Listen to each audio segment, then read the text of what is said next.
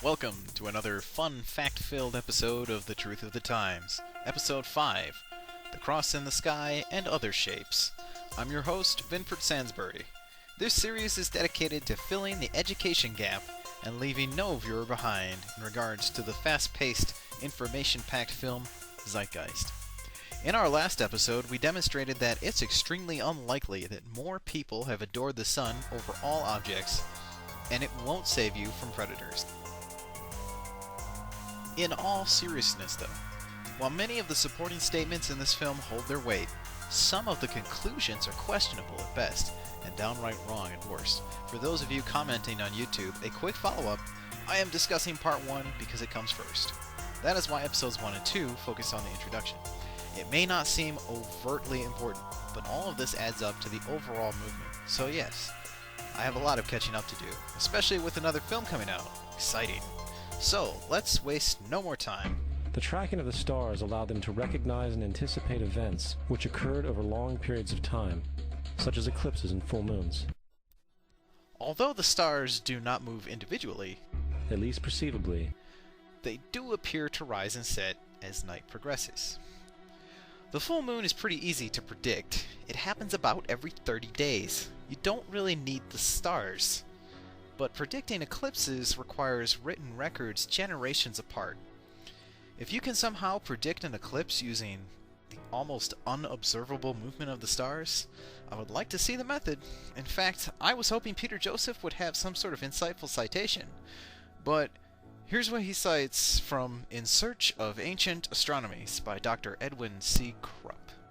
Across the whole face of the earth are found mysterious ruins of ancient monuments, monuments with astronomical significance. Some of them built according to celestial alignments, others were actually precision astronomical observatories. A careful observation of the celestial rhythms was compellingly important to early peoples, and their expertise, in some respects, was not equaled in Europe until 3,000 years later. That doesn't at all say that stars predict full moons and eclipses. The citation does not match the statement from the film or even reality. So, moving on. they in turn cataloged celestial groups into what we know today as constellations. True. To be precise, it's 55% true. The 2nd century Greek astronomer Ptolemy is responsible for cataloging 48 of the 88 official constellations in his famous work, Almagest. Other constellations were added after the 16th century. An official catalog is kept by the International Astronomical Union. This is the cross of the zodiac, one of the oldest conceptual images in human history. Actually, this is the zodiac, also known as the zodiac wheel or wheel of fortune. Peter Joseph is referring, of course, to that part in the middle. He mentions it again later, but we might as well start discussing this now. The original zodiac comes from about 2300 BC and was a mix of Sumerian and Babylonian constellations. It had 17 signs determined by the movement of the moon. About 1,000 years later, it was reduced to a nice even 12, and the seasons were determined by the movement of the sun through all 12 months of the zodiac. Virgo was a furrow of wheat or corn. Cancer the crab was a crayfish. The centaur was a human soldier. Aquarius was just known as the Great One. Pisces was the tail of the swallow, and the ram was a farmhand. This is the oldest known image of the zodiac wheel, from the 1st century BC, in the Temple of Dendera in Egypt, now on display in the Louvre Museum of France. No cross here. So, where did this cross of the zodiac idea come from? Let's follow Peter Joseph's sources here. Amazingly, Peter Joseph also shows this exact image, which contains no cross.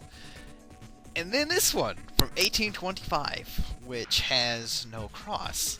And even this one from a synagogue, which isn't even symmetrical.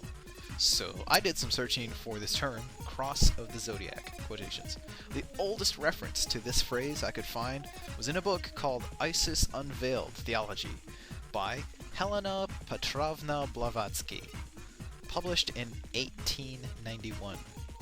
But her idea of the cross of the zodiac looked like this. In 1899, Willis F. Whitehead published a book called Occultism Simplified, or The Mystic Thesaurus. According to Mr. Whitehead, the cross of the zodiac actually has 5 points and is more like a pentagram, like this. Mr. Whitehead goes on to cite an even older text, The Third Book of Magic, by Henry Cornelius Agrippa, circa the 1500s.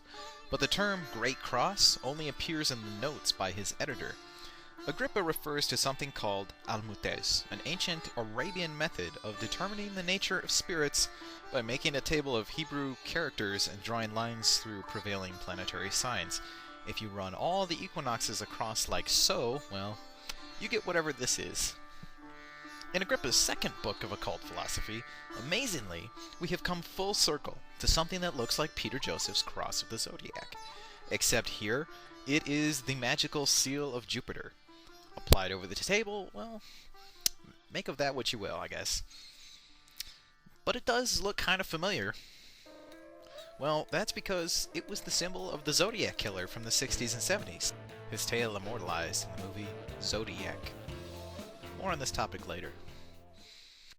It reflects the sun as it figuratively passes through the 12 major constellations over the course of a year. This is true of the classical zodiac. It had 12 constellations, determined by the movement of the sun through the sky. One might think this does not make much sense, because you can't see the stars when the sun is in the sky, which is probably why ancient Sumerians started with the moon's movements through the constellations. However, it doesn't really match up like this anymore in the western sky.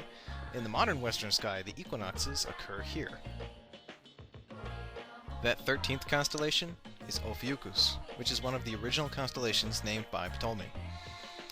Although the sun also passes through this constellation, it usually gets ignored by classical astrology and messes up the whole number 12 thing. The term zodiac relates to the fact that constellations were anthropomorphized, or personified as figures or animals. This is true.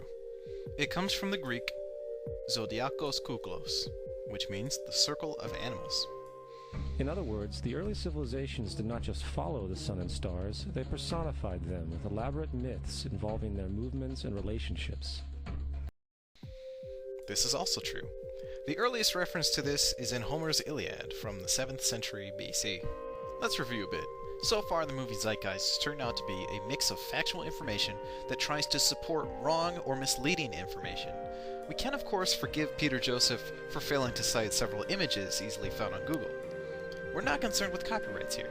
People who watch this film want to know how reliable this information really is. That's why citations are so important. Although the transcript has numerous citations, they either do not match up correctly or end up leading us down some dead-end street of misquoted authors who also used bad citations. So, I highly encourage viewers to follow the links I've provided and learn more about these subjects on their own. Use the methods shown here to go out and scrutinize other questionable films floating around online, which have tainted this wonderful source of free knowledge called the internet with all this bad information. Thank you for watching The Truth of the Times. Join us next time when we pick up where we left off with the Son of God concept.